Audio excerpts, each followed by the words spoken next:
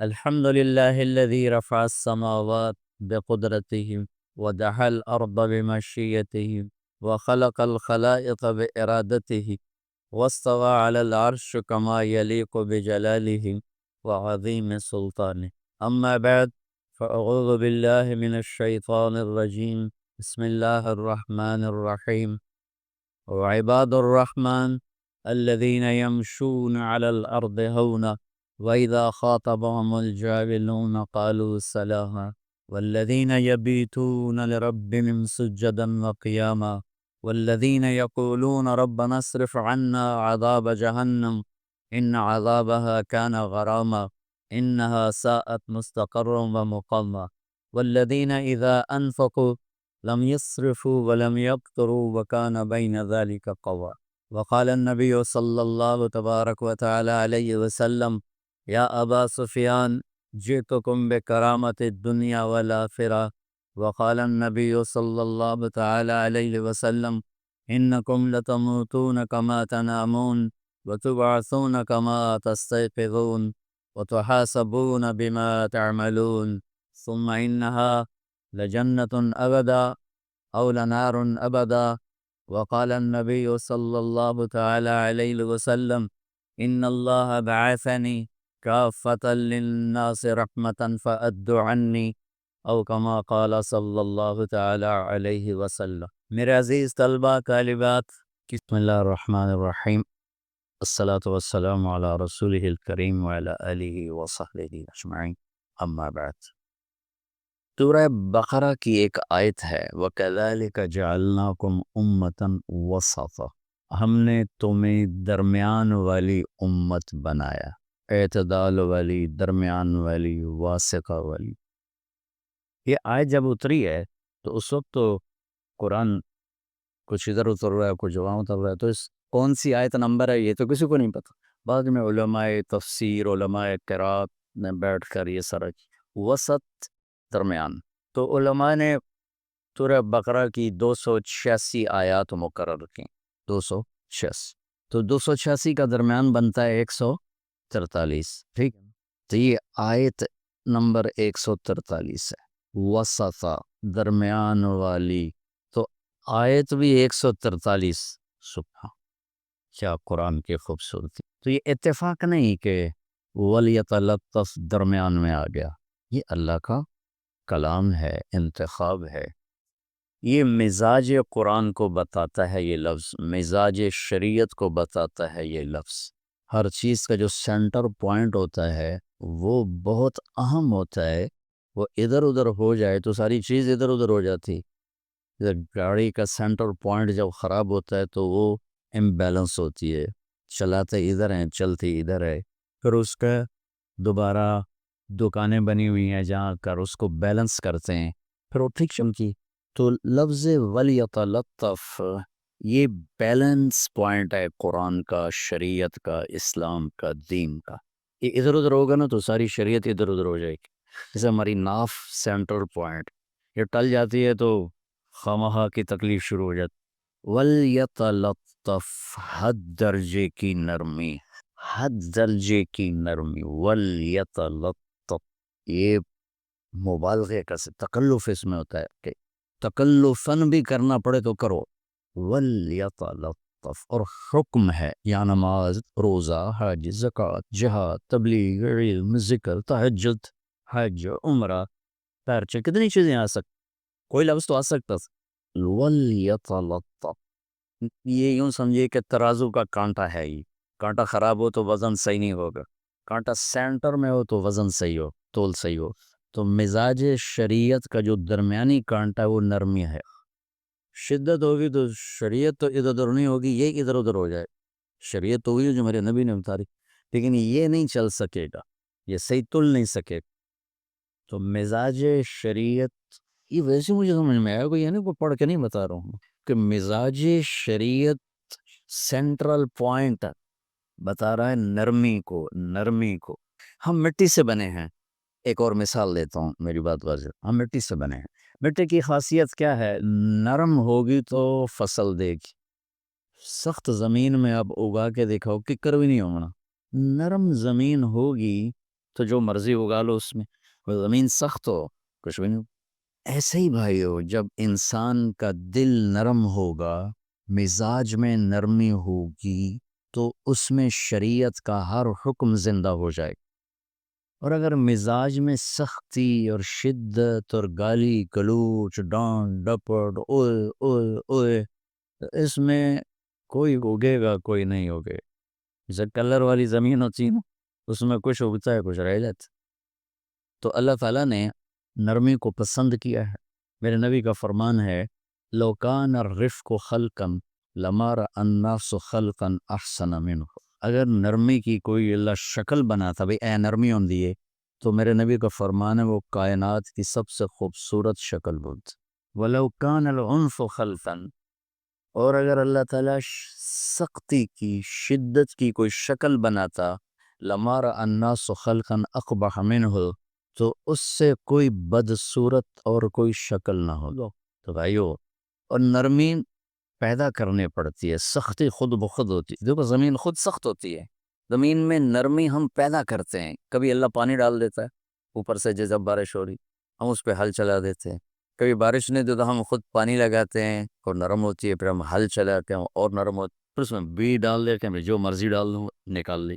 تو انسان اپنی طبعاً اپنی طبیعت میں سخت ہوتا ہے، نرم کرنا پڑتا ہے، نرمی لانی پڑتی ہے۔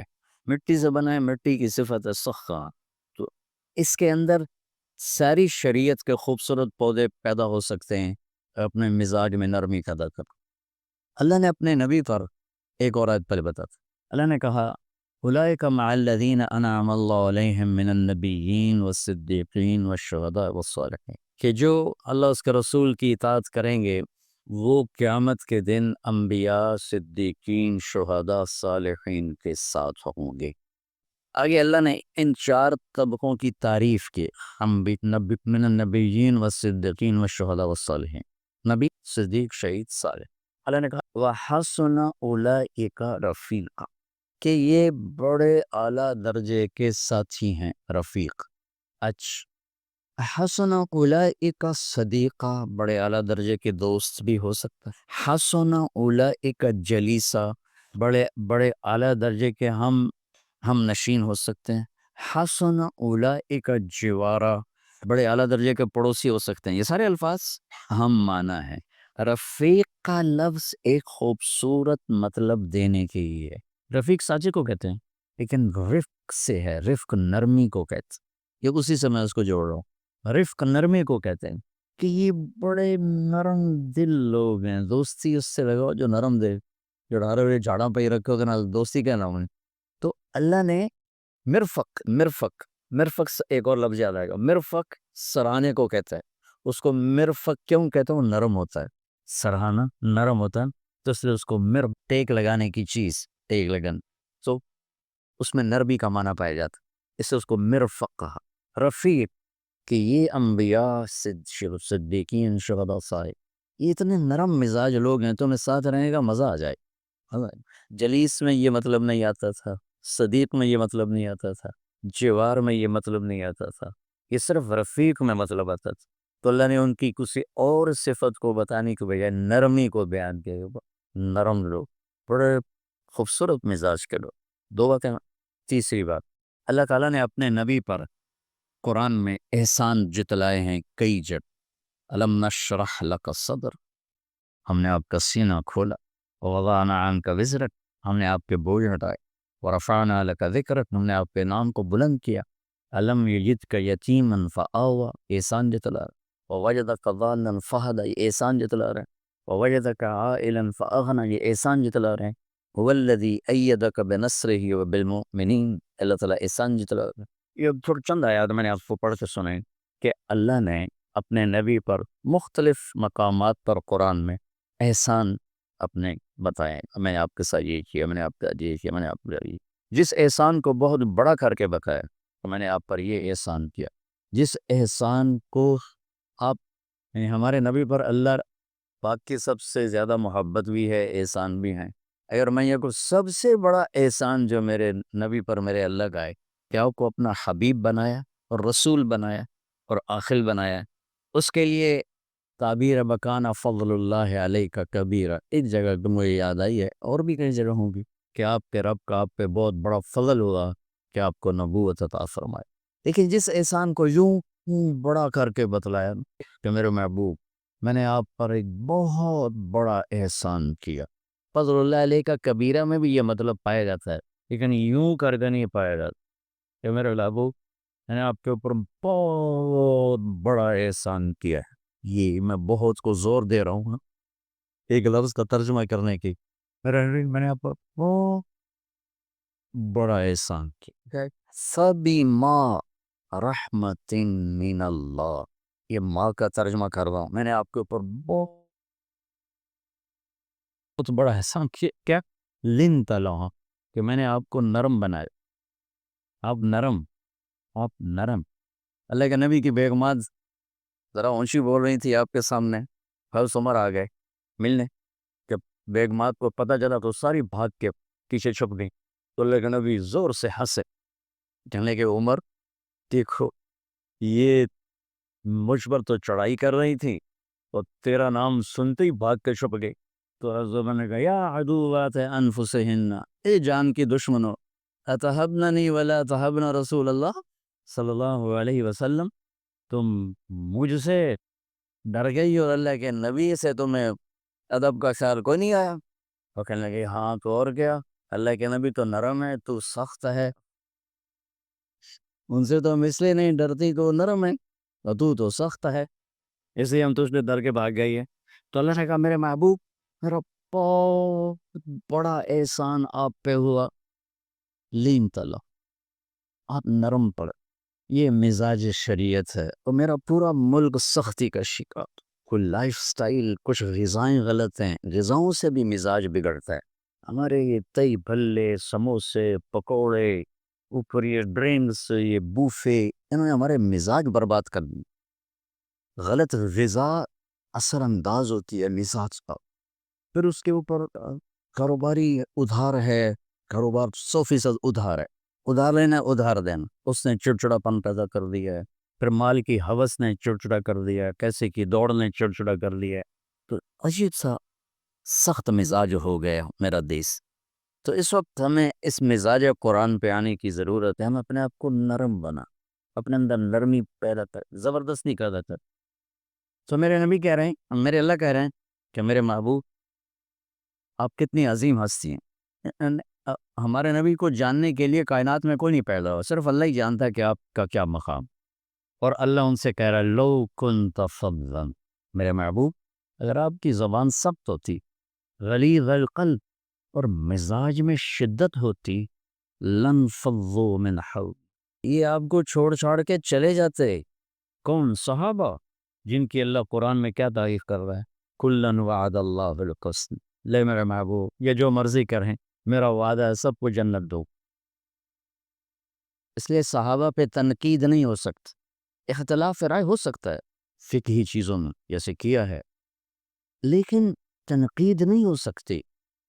تنقید برائے توہین یا برائے تنقیص، یعنی ان کا نقص نکالنے کے لیے ان پہ تنقید کرنا، وہ اوپر والے نے معاف کر دیا. انہوں نے کہا کلن وعد کلن قصر ہے، کلن سے مراد ہے کہ جو آخری دن بھی آپ پہ ایمان لایا وہ بھی جنتی ہے.